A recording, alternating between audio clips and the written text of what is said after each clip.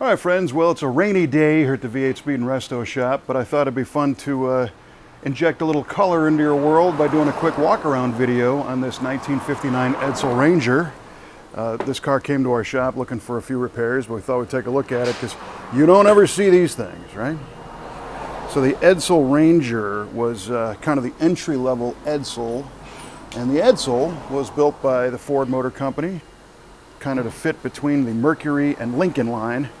These were a very, very highly publicized car as they were being developed and built in '57, and they came out in '58, and they lasted up until 1960. The '58s, they were supposed to sell 200,000 of these things, but they didn't. There were several different models: the Pacer, the Ranger, the Corsair.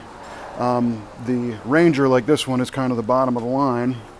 But a very cool looking car, this one being a '59, so a few things changed. And one of the things that changed was the front grille. The '58s, this was far more open, and this whole thing was jokingly called a horse collar. So a lot of people didn't like that, and that's why they didn't sell so many cars, they think, partially.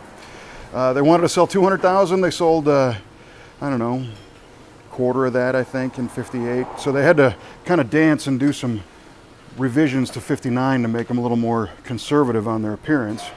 But still, it's a cool looking '50s car. I love these kind of wide sweeping trim above the taillights. Neat little details like this waffle pattern trim around the taillight bezel. Again, that Ranger badge, and then the trim going up the side. It's my understanding that these cars were built on the same assembly line as the Ford and Mercury in '58. And that was part of the problem, because the factory workers were now building several different manufacturer brand cars on the same line. So Mercury parts were trying to go on Edsels, and Ford parts were going on Mercuries, and the Edsel was the one that took the brunt of it because it was the new car, and it confused a lot of people, and a lot of parts didn't fit. So then they had some quality issues, and that led to poor sales once again. I really dig this seafoam green color with the kind of a tri-tone interior. You've got your cream insert, and then a darker green, and then that seafoam, same as the outside with the cream roof. Just a classic late 1950s color. Really dig this pattern here in the trim. So another thing that caused problems for these was the 1958 had an option called Teletouch, which was a push-button transmission shifter mounted in the steering column. It was very problematic, so they ditched it and put a traditional column shift back in these. We're going to take a look at the engine real fast. So these were powered by a couple different engine options. You could get a 6-cylinder as the base engine, and then this one is the 292 Y-Block Series V8, one of the Ford Motor Company's most popular V8 engines, and the higher horsepower FE Series 361, I believe, and then eventually a 410.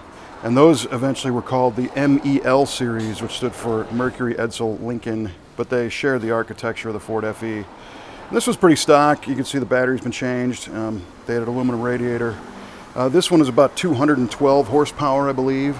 And this one came to us for a modification. We installed down there, you can see a more modern power steering gear from Borgeson, which got rid of a whole hydraulic ram style steering system that was under the car that was prone to leaks and a lot of problems. This car was actually a manual steering, so it didn't have that, but a lot of people convert that ram system to this style, or adding power steering. They just don't worry about getting all that stuff because it's real hard to find today, and going straight to something like that. It requires a different bracket and a steering pump. This is actually a GM style Saginaw pump.